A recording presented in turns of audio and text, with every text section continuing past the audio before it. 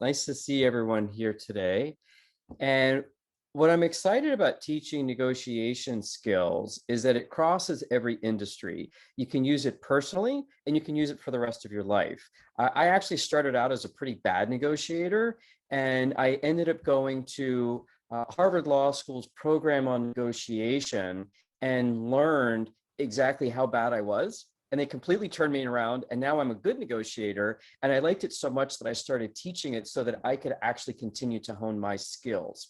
You're going to be seeing on the slides a little camera on the upper right-hand side of certain slides that I'm going to invite you to take a picture of that you can use as a quick toolbox when you're doing live negotiation in the future. So I'll point those out for you. So feel free to do a screenshot or have a camera ready when we do show up those slides. So let's take a look at what we typically see in a regular negotiation. So let's say we've got two people and there's one orange and both of us want it. So how would you negotiate it? We can't each have it, only one of us can, and we both want to win and nobody wants to lose. So what would you do? Well, most people would take out a knife and say, split it down the middle.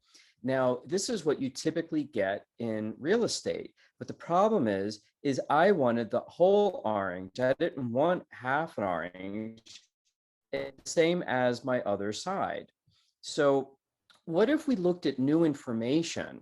Now look at this. One person only wants the peel of the orange to bake a pie, and the other person just wants the orange juice, and they're going to be discarding the peel because they just want a glass of orange juice. Now, had we spent the time to explore people's interests, like, hey, why do you want the orange? What are you going to use it for? We could have both gotten what we wanted instead of getting half of what we wanted. And this is what we're going to be sharing with you today, how you can actually get more out of a negotiation than what either of you sat down with at the table. Now, my old negotiation style was just to be like super friendly, super nice, build a relationship. And I figured if you like me, you're probably going to take care of me. That was absolutely wrong. I just got taken advantage of. And people thought that they could do it because I was being so nice. What always surprised people is that when I realized they were taking advantage of me, I would get angry, let them know that, and then to spite them, I would walk away. So I ended up not getting a lot of deals, and I would surprise people that I was actually standing up for myself. At the end of the day, I realized that I was actually sort of baiting people into taking advantage of me because I was giving off the signals of being a soft negotiator. Now, I'm going to ask you to take a look at these columns. These are all bad negotiating tactics. And typically we fall into one of two categories, either a soft negotiator, that's what I was, or a hard negotiator. So take a look at some of the characteristics that describe you. It is possible that you have characteristics from both sides of the equation, but typically we lean a little bit more to the left or the right. Pop into the chat whether you consider yourself hard or soft, and if there are any characteristics where you're like, oh yeah, that's me. So for me, participants were my friends. I did want to make a deal, so goal was the agreement. I did make concessions, thinking, well, they'll make concessions to me when I need them. I was somewhat trusting of other people. I did disclose my bottom line. I thought, let me just be transparent. Maybe we can get this over with quicker. And sometimes I would accept a loss just to reach an agreement, thinking that I'll make it up on the next deal. I didn't always insist on agreement, but sometimes I did. I did try to avoid the contest of will. So I see a few people are popping into the chat that they're on the soft side. And we do have people who are on the hard side. Now, neither of these are really have as characteristics on a long-term basis. So let's move on to what the goal actually is. You see the little camera, take a picture of this slide. What we're looking for is principled negotiation. So instead of you looking at the participants as friends or the hard people saying, oh, you're my enemy, now you're my partner. You're my partner in solving a problem. So you're not my friend, and nor are you my enemy. You are my partner in solving a problem to make a deal. Instead of me trying to make a deal as my goal or victory being my goal, I just simply want to have a wise outcome that's efficient and professional and friendly. Regarding concessions, I don't want to just concessions to have a good agreement. I don't want to demand concessions to have an agreement. What I want to do is separate the people from the problem. So we're not going to get into your personality, but we are going to get into the details of the problem. So instead of a soft negotiator who's soft on the people and the problem, or a hard negotiator being hard on the problem and the people, we do a hybrid model where you're soft people. So I'm polite, respectful. If we can be friendly, that's great. But I am hard on the problem. I'm not going to give up my principles because I want to make a deal. So we have good relationships with the people, but together we partner against the problem. Soft people trust other people. Hard ones distrust. With principle, trust isn't part of the equation. I don't trust you or distrust you, and we don't need to have trust to make a deal. Soft negotiators will disclose the bottom line, and a hard negotiator will dig into a position and say, that's my final offer, and that's the end of it. Instead, we're not going to be looking at those. We're going to be focusing on what are you interested in as opposed to what is your position. So if a position would be something like, I want $50,000 for the house. The interest would be, I want to sell the house and get a little bit of profit out of it. So that's be different. So interests are where we're actually going to have a lot of leeway in becoming a better negotiator. If you have any questions, just put those into the Q&A box, and Mikhail will either interrupt me in the middle, or at the end, we'll just go through all of them. And we'll typically pile up some similar themes. Now, soft negotiators change their position pretty quickly. And what hard negotiators will do is that they tend to be misleading. So they'll lie. They don't really let you know what the bottom line is. Instead, what we're going to do is just keep exploring what your interests are, not your positions of the actual numbers and days and specifics of the deal. We just kind of want to know, what are you interested in and why? We ask the question why quite a bit. Soft negotiators make a lot of offers to make a deal. Hard negotiators make a lot of threats.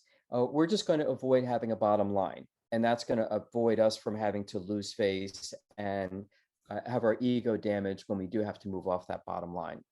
Soft negotiators like those one-sided losses to reach agreement. They take a bullet for the team, and the hard negotiators will demand the one-sided gains as the price of the agreement.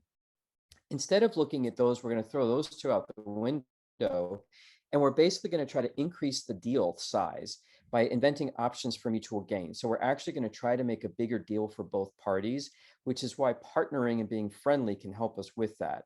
So we kind of just deflect away from the enemy idea. The soft negotiator is going to be looking for that single answer, and the hard negotiator is only going to accept a single answer.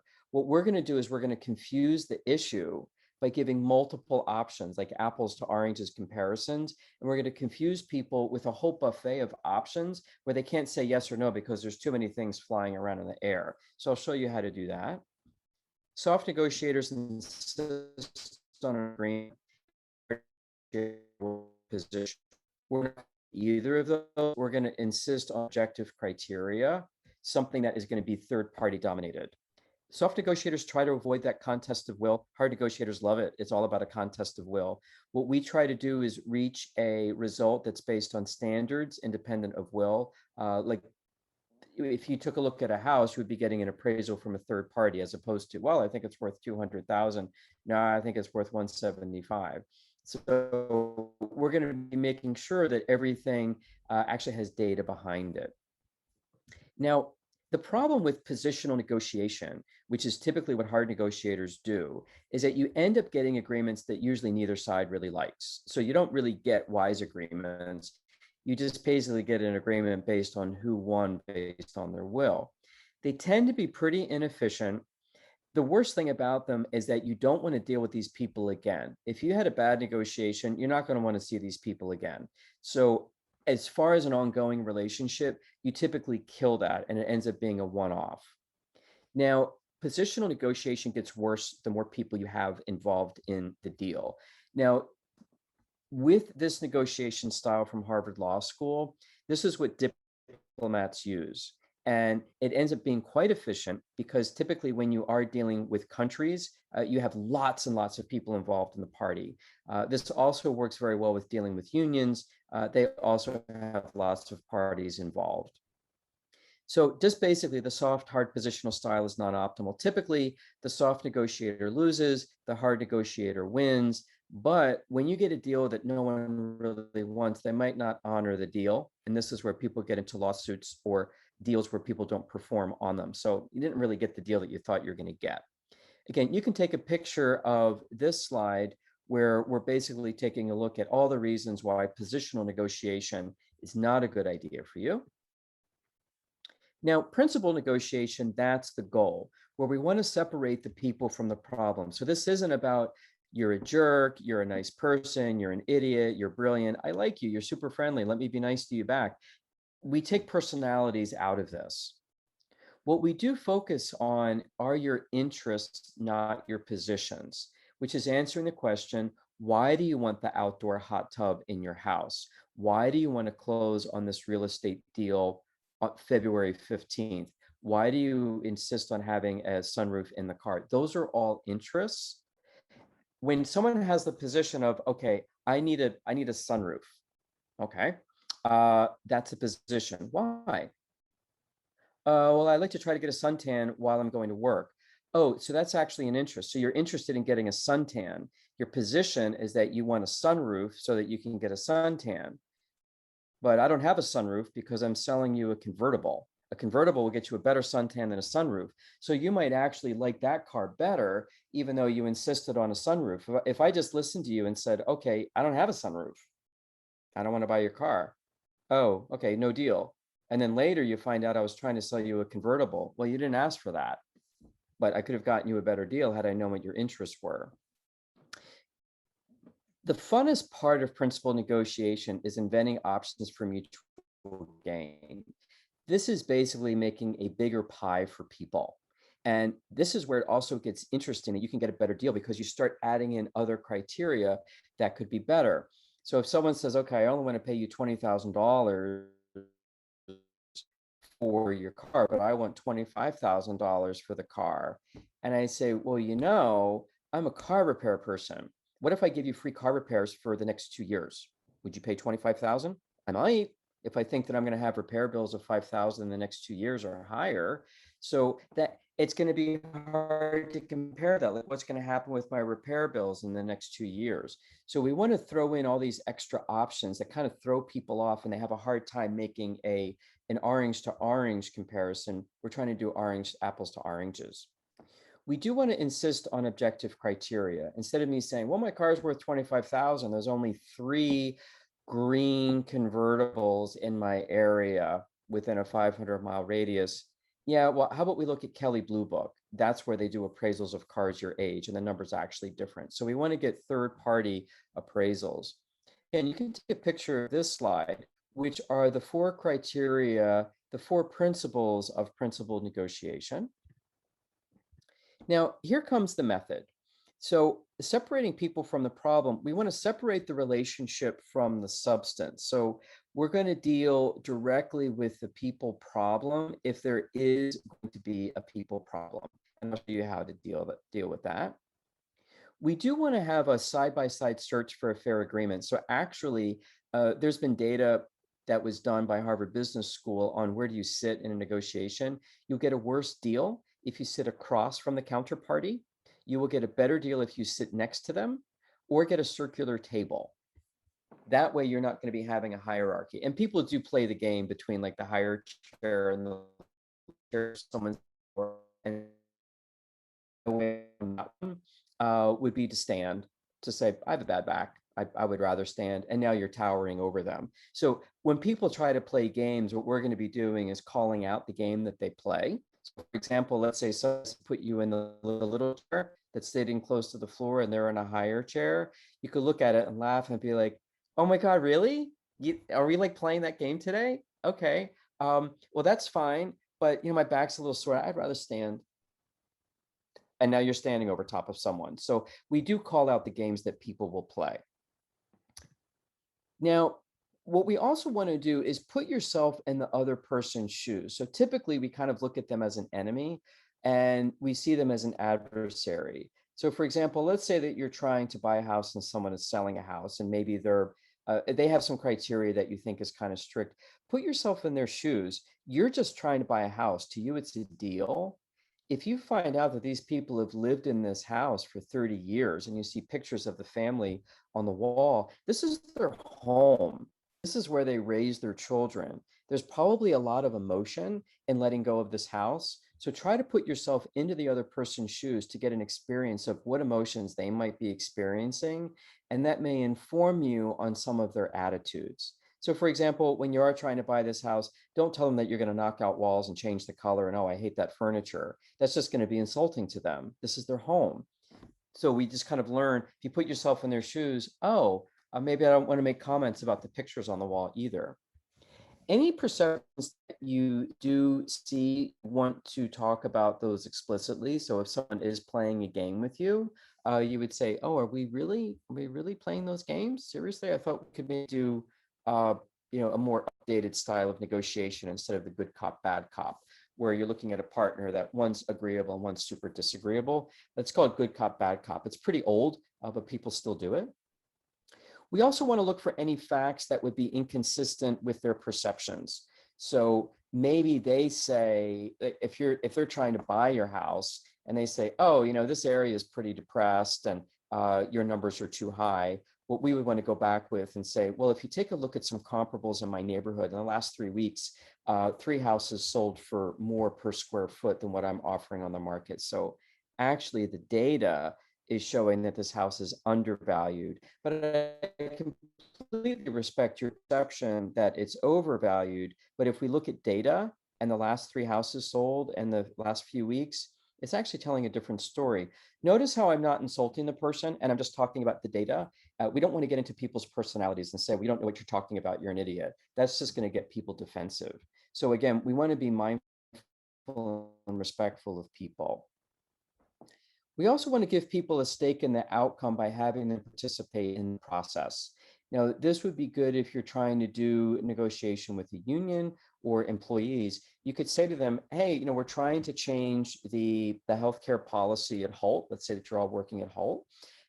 And we want to know, what do you want? Is dental really important to you? Is the low copay, high copay? Tell us what you're really looking for, as opposed to us just sort of dictating, here's the plan we have, you can either opt in or opt out. So this allows people to feel like they're valued. We also want to make sure that we save face for the other person. So any proposals that we make, we want to make sure that they're not going to be insulting to them on any level. So again, be mindful, if you insult someone or start to tap into their ego or their emotions, they might just not do a deal just to spite you. So we always have to be respectful of people at the same time. Again, you can take a screenshot of this one. Now, to give you an example on the face saving, so let's say that I'm trying to sell this car for $20,000 and the counterparty wants it to be half. What we would start off with is, I totally understand how you're arriving at the price that you are. And I'm sure that my counter offer is going to be so disappointing and unacceptable that you're going to think it's disrespectful. It's not where I'm coming from. I'm just going to be giving you a number that's going to be based on recent appraisals, but I think you're probably not going to like it. So I'm protecting them ahead of time before I throw out this number and saying that their numbers make no sense. So any emotions that you do want to express, make those very explicit.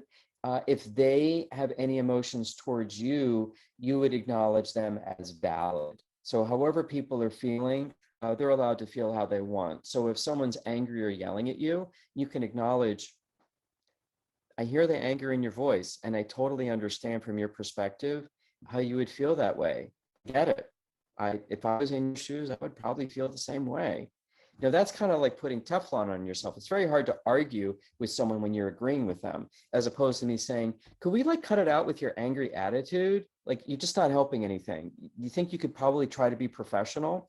That's not going to do you any good if you behave that way. So we always want to protect the person's ego.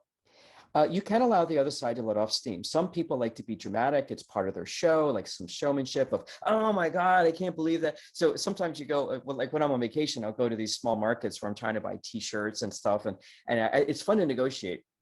And sometimes I'll throw out a number, people go, oh my gosh, they get all insulted. They're just playing around. You don't have to respond to that. you can just let them fly their hands in the air and be like, yeah, okay, now are you done? Okay, great. I'm still giving you $2 for the t-shirt. How's that for you? And you don't have to respond to people blowing off steam. We don't want to react to any of their emotional outbursts. We just ignore them. Just sit there quietly until they're done. People will eventually run out of energy with their emotional outbursts. We do want to use some symbolic gestures if possible. That could be as simple as, in certain cultures, arriving on time is really important, allowing them to choose where they're going to sit in the room. Perhaps you bring in breakfast or you offer them coffee, giving people some sort of social obligation. Like perhaps you say, glad to be starting this negotiation with you.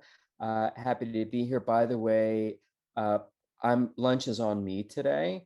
Here's a menu, so when we take a break, feel free to just have whatever you want. Now that's great. For $20, these people may have a hard time being rude to you if they know that you're going to be buying them lunch. So symbolic gestures can actually be quite helpful. And again, feel free to take a picture of this slide. So with communication, we want to listen actively and acknowledge what's being said, which means we don't interrupt them. We also, while they're talking, we don't want to do little things like, I'm just going to stare at my phone and ignore you. We don't want to play those games. Instead, we want to quietly look them in the eye, listen, nod, repeat what they said. Okay, let me make sure I understood what you said. So you have 3 points to make. Point 1, point 2, point 3. Is that correct? Did I miss anything? Do I need to edit that? Am I understanding you? So we want to make sure that we are listening actively to them. And if they start to interrupt you, one way to get them to stop that is that you stop talking very quickly. So if I'm talking, hi, I'm making point 1, point 2, and someone starts to interrupt me, and I go point 3 and point 4, could you stop interrupting me? That doesn't help. So instead, what you would do is imagine that someone interrupts me after point number 2. So I'm making point number 1 and point 2. You pop up and you stop really fast and you move back and you make it really clear that the minute they talk is like hitting your mute button, and it really accentuates the fact that they interrupted you. And then they'll stop eventually, and then you go, anything else? Could I continue? Okay, if you need to interrupt, just let me know. And you keep doing that, and they'll see that they're being kind of a jerk when they do that to you.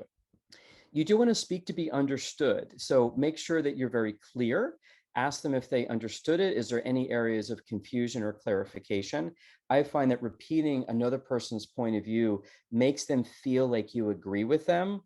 You didn't agree with them, you just understand them, but they feel like you are agreeing with them. You also want to just speak about yourself, not about them. So instead of saying things like, I really have a hard time when you act like a jerk and you start screaming at me, I just don't like it, cut it out. Instead, what you can say is, without naming them, I really don't feel like I want to be in negotiation where the voices are getting raised. It's not my style. They'll get it. They know you're talking about them, but you're not pointing the finger at them saying you're being unprofessional. You do want to speak for a purpose. Some people just like to talk to hog up the airtime. Don't waste people's time with that. Only speak when you have something important to say. We can take a picture of this slide.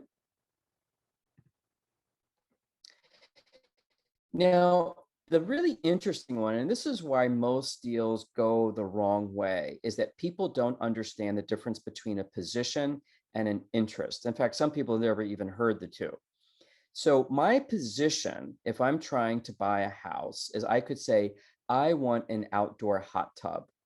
Now, if I say that, someone might say, maybe the realtor might not even show me any houses that don't have the outdoor hot tub. But what if you had a house that didn't have an outdoor hot tub? You still wanted to sell the house. So you would say to the client, why? Simple as that. Why do you want an outdoor hot tub? I have a sore back and warm water helps. Oh, well, when we have a house that's on the market that has all your criteria, but it has an indoor hot tub, would that be okay? Oh, I didn't know they made indoor hot tubs. Well, sure. So this is why we want to explore. If someone has a position that you can't meet, ask them why. Why do you want the sunroof? Because I like sunroofs. I just like sunroofs. Okay, I can't work with that. Why do you want a sunroof? I want to get a suntan. Oh, really? What do you think of a convertible? Oh, better than a sunroof. Okay. So always ask people why they have their position.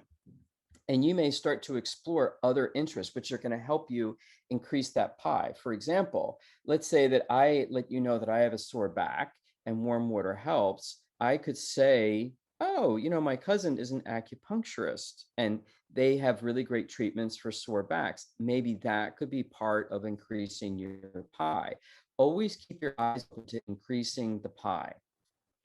Now, someone's interests are going to be defining the problem. That's what we're trying to solve together. So asking the why or why not question is going to be super important. Now, once you get the why or why not question answered, you're going to start to realize that people have multiple interests going on. It's not just one interest. I want to sell my house for $200,000. I want to buy a car for under $25,000. There's actually a lot more involved. And we want to understand what are all of those multiple interests.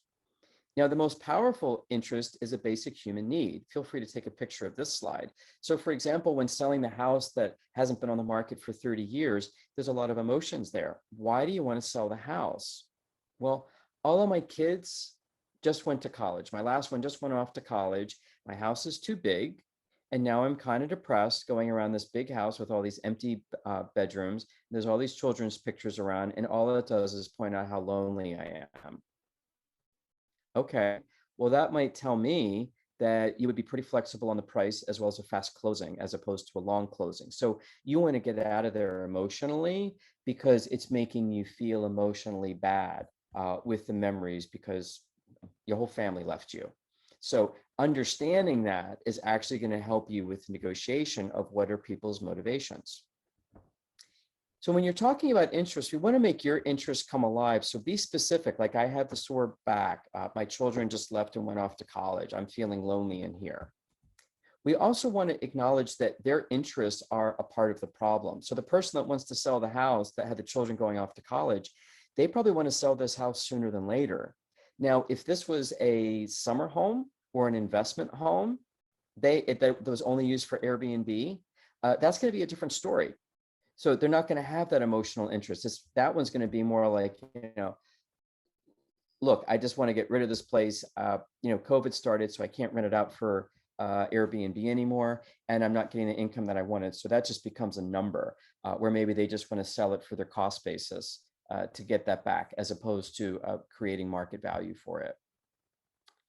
We also want to put the problem before your answer. So be really clear on what problem is out there.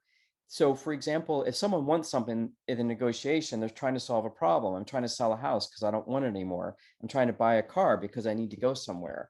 So we want to understand that problem before we start throwing out the answer. We also want to look forward into the negotiation as opposed to looking backwards. So this is all like a moving forward process. We also want to be concrete in our negotiation with what we're offering, but at the same time, we want to bake in some flexibility where we don't lose face. So we don't want to come off with bottom lines because now you can't change your bottom line without looking like you just lied or that you bluffed and they called you on your bluff. Well, once that happens, now they know that's what you do, and now they could push on everything else you have. So again, we want to be hard on the problem and soft on the people to keep that relationship going, because you might deal with these people again. And you also want people to comply with the negotiation, that after the deal is made, you want them to perform on it. So we don't want to have any bad blood going around. Again, feel free to take a picture of this slide. So inventing options for mutual gains. There's going to be 4 major obstacles. One is that you're judging the whole thing prematurely. If you're trying to buy a house, you might assume, oh, well, they're trying to sell the house because right now with COVID, everyone's buying houses in the suburbs and the real estate market's really hot, and they just want to sell it just to capture some money.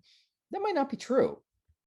So we want to avoid making the premature judgment of what's going on by asking questions.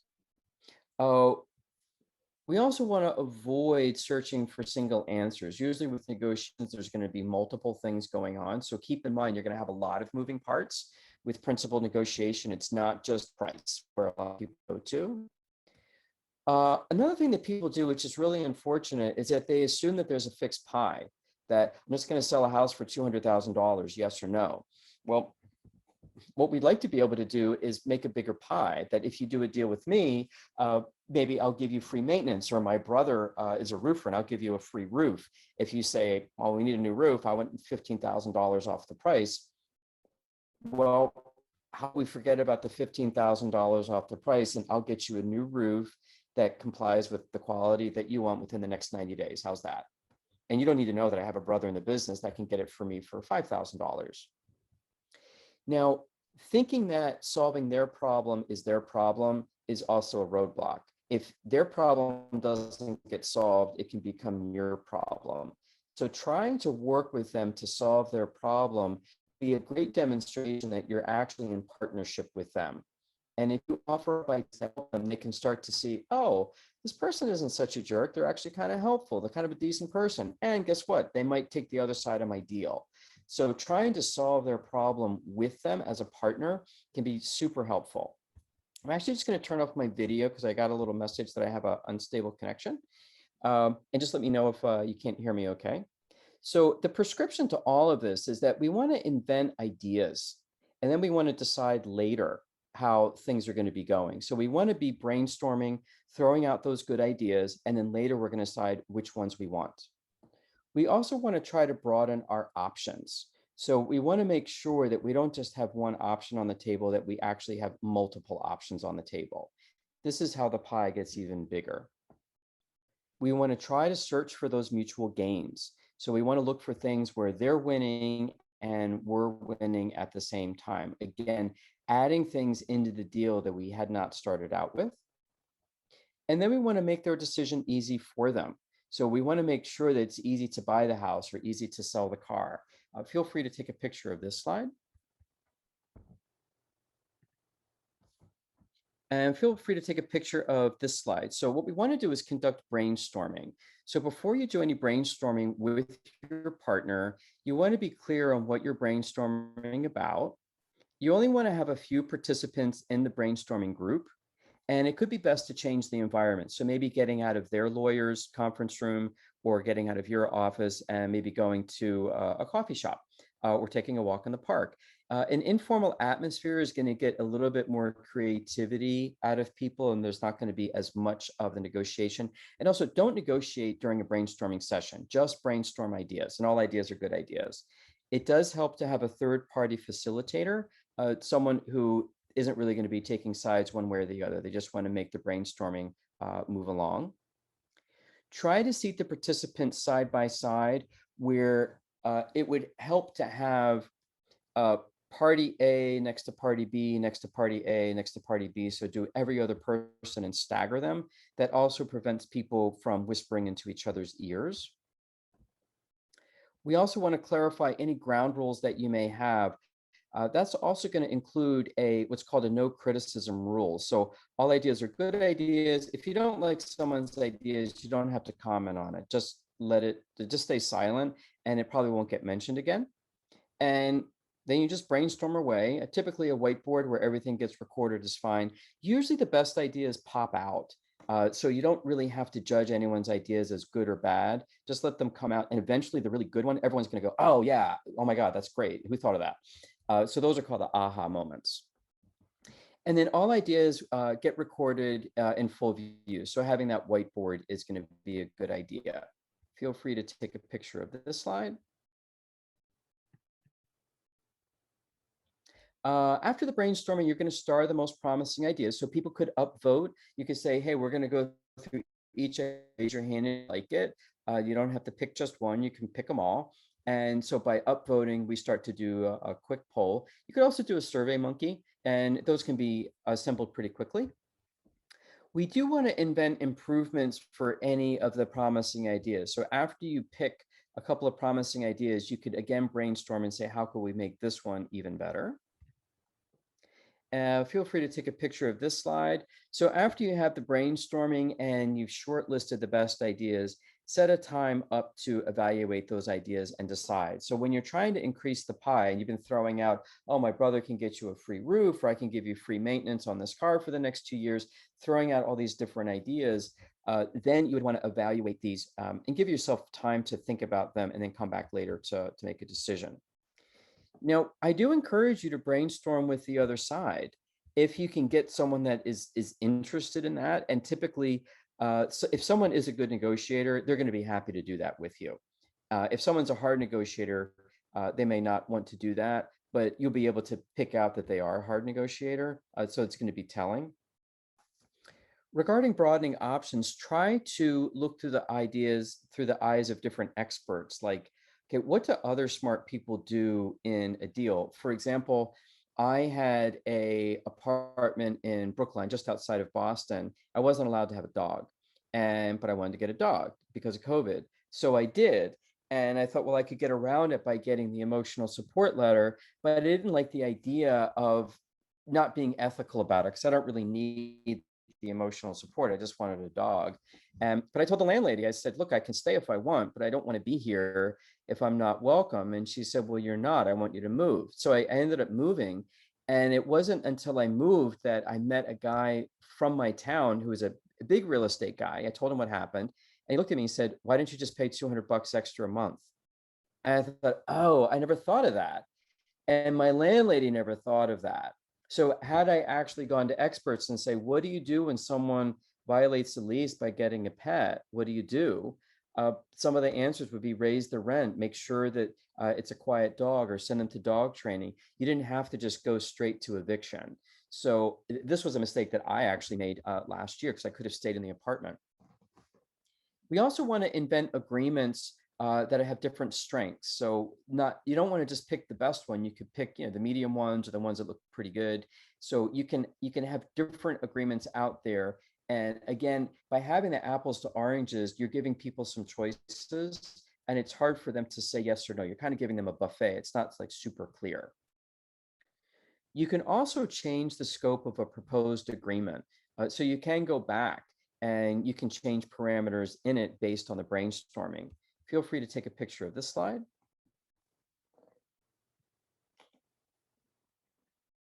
Now, when you're looking for mutual gain, you want to try to look for some shared interests.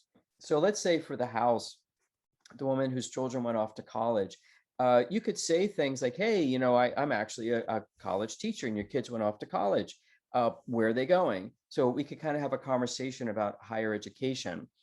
We do want to try to dovetail any differing interests. So you may want to look at something along those lines. For example, let's say the woman that's trying to sell me her house, if it's a 3-bedroom and I don't have any children, she could say, well, you don't have to look at it as a bedroom. You could look at it as an office or an art room or a music room. So I might have a differing interest that I don't need this many bedrooms, but they could change that difference and dovetail it into a hobby room or repurpose that room out of a bedroom.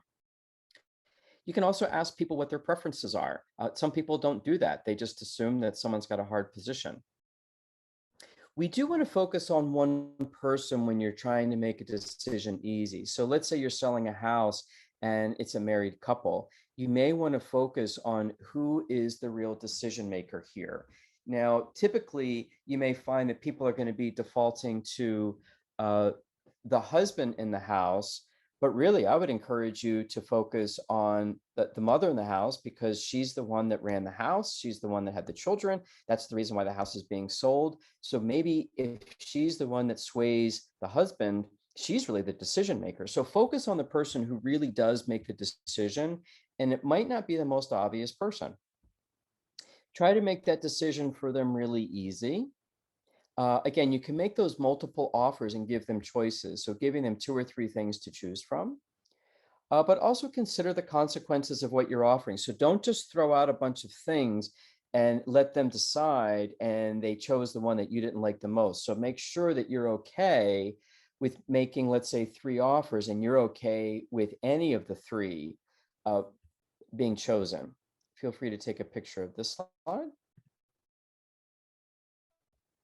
Now, using objective criteria, this is really helpful when you don't have a lot of power.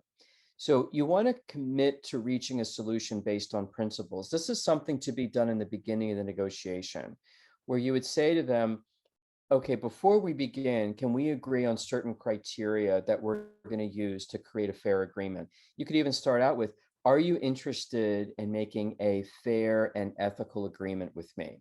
If you put it that way, most people are going to say yes, because to say otherwise wouldn't look good for them. So we kind of want to get those ground rules out in the beginning. You also want to together look at developing objective criteria. So asking the other person, I understand that you want to pay as little as possible for the car, and I want to get as much as possible for the car. But at the same time, you want to buy a car and I want to sell a car. What do you think would be some objective criteria that we could look at to find a fair price besides you want as much as you can get and I want to pay as little as possible? And let them throw out their ideas of Kelly Blue Book. Okay, Kelly Blue Book, that's fine. Well, I think we should go to a dealership nearby and ask them. Okay, fine. Why don't we take the average of the two? So everyone gets a 50% weighting. So together you can create that objective criteria. Some other fair procedures that happen, one's called one cuts the cake and the other chooses. So this is a metaphor that, let's say that you're trying to share a cake, and obviously someone's got to cut the cake, and someone can make a really big slice or someone can make a really tiny slice. So one way to do a fair procedure would be one person is going to cut the cake slice into different slices. So they're going to make a small, medium, large, but then the other person gets to choose which slice they want. So this makes people not be so sneaky. You could take turns depending on the criteria that you're doing. You could draw lots, which is basically pulling out numbers, or you could let someone else decide. So there are ways to make fair procedures. We do want to negotiate with objective criteria. So we want to frame each issue as a joint search for objective criteria. This is really important for people that don't have any power. So if you're trying to negotiate a job, you just got out of college and you're doing it with a huge company, let's say it's Google or Amazon, and they say, well, we don't start anyone off more than $100,000 a year. And you could say, okay, I understand that policy, but could I take a look at what people are actually earning in the industry with my degree in their first year out of college? And if that's a different number, that's going to allow you to share with them, look, I understand your policy, but this isn't what your competitors are doing. Your competitors are paying 120, and here's the data to show it. So I don't understand why you're not using objective criteria. You're just using some opinion. We don't want to pay more than 100. I don't really get it. How do you defend that? And that's how you can start to negotiate against someone who's stronger than you. We also want to give them our reason, but we also want to be open to their reason. I understand you don't want to pay more than 100,000 for a starting person. Why? Why? What if it was Elon Musk or Bill Gates? Really? I don't understand the reason. Are you assuming that there's a limit to how valuable I could be the minute I got out of college? That no one could be better than the other, that we all have a cap? I don't get it. So by trying to ask probing questions, it starts to poke holes into their logic. And we don't want to yield to any pressure. Sometimes people will do that. Listen, it's a take it or leave it offer. It's good for 24 hours. I have 40 other people to interview. Tell me what you want to do. And we don't want to yield to that. What we want to say is, I'm going to make a decision based on the principles of what this job is worth. And if it's worth 120, then I'm going to hold out for 120 because that's what's fair. And if you don't, you may regret your decision. So be mindful of living with that decision after you've made the deal. So whenever you have pressure, assume that you're probably going to make a bad decision. So pressure usually puts in emotions, and emotions aren't very helpful with good decisions. Feel free to take a picture of this slide. In just a few minutes, we're going to move to Q&A. A few stumbling blocks to take a look at. If they're more powerful, we just covered this, negotiate on the merits. This is where you are going to be using that objective data. And one thing that's really powerful is what's called a BATNA. This is the best alternative to a negotiated agreement or your plan B. What are you going to do if you don't get a deal? Before you get into a negotiation, what is your plan B? If you don't have this, you're not going to do well. We need this before the negotiation. So what are you going to do if you don't get the 3-bedroom house for $200,000? What are you going to do if you don't get the house with the outdoor hot tub? So make sure that you have that. Otherwise, you're going to be negotiating from weakness. So we always need, what are you going to do if you don't get the job for 120,000 at Google? Get that plan B ahead of time. Once you get into negotiation, but you want to go in there, don't go job I have, otherwise I'm going to move back in with my parents. You're going to get nailed. So we always need that bat nut. We always need that plan B. We also want to protect against making an agreement that you should reject. This is where people get emotional. They go, oh my God, they were pressuring me. They said I only had 24 hours. I was afraid I was going to have to move back in with mom and dad. And now I just said yes to something that I'm kind of like, oh boy, now I got to try to unwind it. So we really don't want to make those agreements. And again, it's because you put in some emotion. Sometimes it's okay to walk away from a deal. We don't always have to make a deal. Sometimes it's better to be like, you know what? We came close, we tried, but I'm just not going to feel good about this on the long term. And I really appreciate the time you spent with me today. So that's okay. We do want to make most of the assets that you do have. A lot of people feel like the other side has all the advantages and you don't. It's not true. Everyone has their assets and everyone has their liabilities. It's a great idea that you do an asset liability.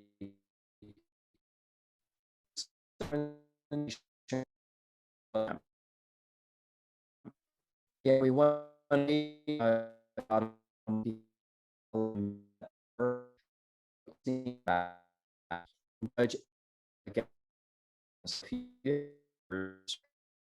do fire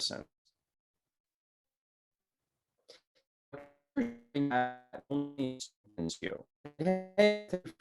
Google, Amazon, me too. That's going to have to be all. Consider the sides BATNA. Right now, it is a employees market that employers are having.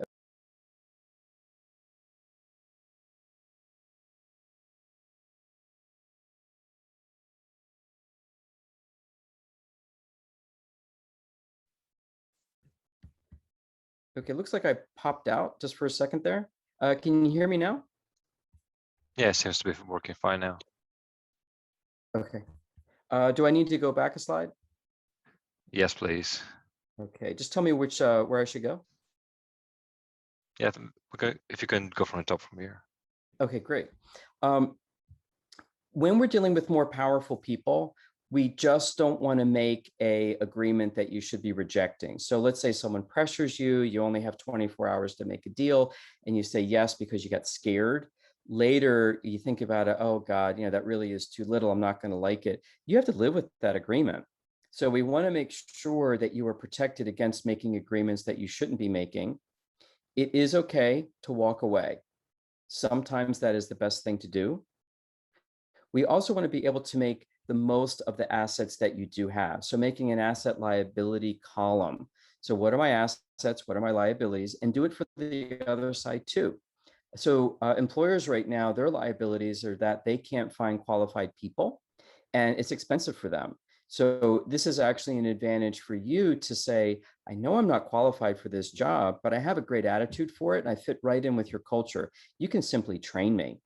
So if you'd be open to training, I would be open to that training. But the one thing that you can't do is try to change my attitude, but you can change my aptitude with training. So that would be an asset that you have that would be overcoming a liability. We don't want to have any bottom lines. We also want to develop a BATNA. So we always want to have that plan B before we go into the negotiation. And any offers you get are going to be compared against the BATNA. So let's say you have an offer from Google, an offer from Amazon, maybe looking at your own startup could be the third one. Each one individually gets judged against the BATNA. By doing it one by one, it becomes less confusing. And then we have a tripwire. So the tripwire is where you're going to be establishing a time to not cross that line. It's very similar to your BATNA. So if you find out that they are trying to go like a dollar less, you need a tripwire that says, this is my total bottom line, that if this happens, then I'm walking away. So we want to make sure that we have a tripwire that if you're not getting at least 100,000 and 2 weeks vacation and 3 days on Zoom and 2 days in the office, you're not doing it. And one little thing under that, you're not going to do it. So right now I'm seeing that we're at 9:53. So I'd like to open us up to Q&A. Do we have any questions that people have that they'd like me to answer? We actually have quite a few questions. I'm surprised by a number of questions, and I think we can kick it off with a question that's very close to anyone who works at Hult or is studying at Hult, actually. And it's, are cultural differences a big factor in negotiations? Yes, what I do is Google how do people negotiate in different cultures. So let's say you're going from Japan to the United States. That's actually a really good one because I've done that one. And Americans are considered loud and rude and transparent and just sort of brash. And the Japanese are polite and quiet and reserved. And what we want to do is be respectful of the other culture and adapt to them. So if in Japan, it comes down to uh, you go out to dinner first and you create a relationship or you let them lead, then you basically want to be respectful of their culture so that they don't feel like you're this insulting person that they don't want to do business. So it is important to take a look at what happens in cultures. So for example, when I was just 19, I went to Turkey and I went to the bazaar to go negotiate. And I was trying to pay what I wanted to pay for a t-shirt. And the guy started yelling at me, you know, hands in the air. And I ran away. He scared me. I didn't know it was a game. I thought he was really mad. So had I understood the culture of negotiation, then I would have been like, oh, no matter what number I say, they're going to throw their hands in the air and yell at me and be like, you're crazy. Okay, let's play the game. So it is important to understand the culture. What's our next question? Another question is, why can I proceed independently of trust? I think a lot of people could even say in the chat are a bit confused. So how can you negotiate independent of trust just because, everything we ever were taught is that, have to trust the other party, have to build rapport, trust. So if you could expand on that, please. Well, one warning that you're going to get from someone is if someone says, you trust me, right? Or someone keeps talking about, I only want to deal with honest people. That's a warning that they might not be. But you don't have to trust another person to do a deal with them. I don't have to trust you to buy a car.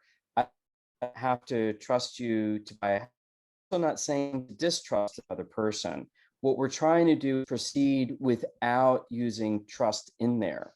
So if someone's me, oh, Michael, buy the house for $200,000. It's $100,000 less than what it's worth. Just trust me. You don't have to get an appraisal. I appreciate that you're getting your value where you want, but I need to have a third party who doesn't have an interest. So people who have interest, no conflict of interest. I want to pay as little as possible. You have a conflict of interest. You want the highest number possible. So we need someone that doesn't have a conflict of interest. So that's where the trust issue comes in, that we just want things to be verified. We don't want to just take someone's word for it, especially on price. What's our next question? Thank you. Seems to be a recurring question. How do you deal with a hard negotiator, or how do you deal in negotiation when someone they already decided that they're gonna take the hard position? So how do you can escape that situation, or how do you soften the hard negotiator? You can call them out on it. So if someone's going to be hard, like, oh, this is my bottom line, and they're being the hard thing, you can just sort of laugh and be like, wow, you know what? I took a negotiation class and we learned about hard negotiators, and I'm starting to see a little bit of that in this room. It's pretty old school. Did you know that like hard negotiators actually don't really get the best deals because they don't really create great relationships, and they tend not to get better deals or repeat deals with the same person? I'm just curious, like, how has your negotiation style been beneficial to you? Would you be open to a different kind of style where you would be getting a better deal? Because the data basically shows that the style that I'm seeing right now isn't an optimal one. Would you like to get a better deal than where we're going right now? And they'll probably say yes. Then you can talk about principled negotiation. I actually bought a lake about an hour north of Boston. It was 50 acres of land with 3 houses. It was a very weird real estate deal because there were no comparable prices. And the guy was a really hard negotiator. And we ended up, we had a lawsuit against each other for 3 years, because again, this is before I was learning how to be a better negotiator. That's what turned me into learning this at the law school. And when I was done, I called him. I said, listen, I found a way that we can stop suing each other. Would you be interested in not paying your lawyer all this money? He goes, yeah. And I go, read this book. And I sent him the book, and we ended up making a deal. And we both were quite happy with it. And it turned out that we ended up having to partner against the town to get the title passed. So it was interesting. It actually works. So if you have a hard negotiator, you could give them the book ahead of time and say, read the book. This is how I'm doing it. And you will get a better deal if they're willing to do it. That's very practical. Thank you. And So we'll have Mhm. time for one last question. Okay. So how do you learn to deal with different personalities, so as opposed to different negotiation styles? How do you adapt to different personalities when it comes to negotiations? I just let people talk. And depending on their personality, I try to really understand where they're coming from. And if I don't understand where they're coming from, I just simply ask. I'm a little confused. Can you explain to me why I'm starting to feel like the temperature rising in the room. I'm a little confused. Like, uh, is everything okay? Is there something upsetting? I'm just kind of curious. So it's okay to be curious and just keep asking questions, why? Even if you are starting to see someone's person, but always be respectful of their personality or whatever they're doing. And I did put into the chat, the book is called Getting to Yes, and the program is called Principle of Negotiation at the School.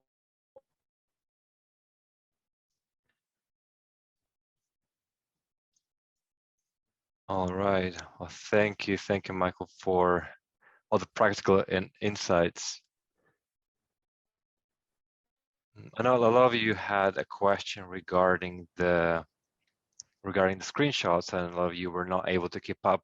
Well, don't worry, you will receive a recording of this session in the coming days, so you'll be able to revisit all the slides and take the screenshots. So, and in the meantime, this is all we have time for. Unfortunately, we lost Professor McCarthy, but I would like to. Oh, I'm still Oh, here. oh, he's still here. Great. Well, I'd like to thank you so much for giving us your time today on this warm morning in Maine. And instead of going for a walk, you joined us and taught us a few negotiation skills. Really appreciate it. Great And seeing you all today, everybody. yeah, thank you everyone for joining as well. And again, if you have any questions, please reach out to your enrollment advisor and we'll make sure to help you. Have a great rest of your day, everyone. Okay, take care, everybody. Bye-bye. Bye-bye.